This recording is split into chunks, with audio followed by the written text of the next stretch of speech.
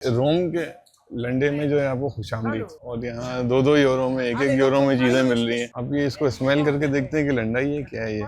जिस तरह हमारे लंडे में नहीं स्मेल आती है, तो ये यूज आइटम है यहाँ पे। शर्टें वर्टें किस तरह की है देखते हैं। ये 2 यूरो का आइटम है। असल में जो है ना सीज़न ख़त्म हो गया है, तो ये फिर निकाल रहे होंगे। क्वालिटी अच्छी है यार, यानी कि 700 रुपये की हैं ये। साफ सुथरा है यार, बिल्कुल नए पड़े हुए। शर्टें बड़ी कमाल की है भाई। ये देखें 1 यूरो, 1 यूरो में और क्या चाहिए यार। न्यू ही है सारी चीज़ें। ये कह रहा है यूज़ में है, होंगी यूज़ में ही होंगी, मगर स्लाइटली यूज्ड है। हर माल 300-300। देखो वेलवेट की देखो शर्ट, ये भी क्वालिटी बुरी नहीं है इनकी। Leather jacket,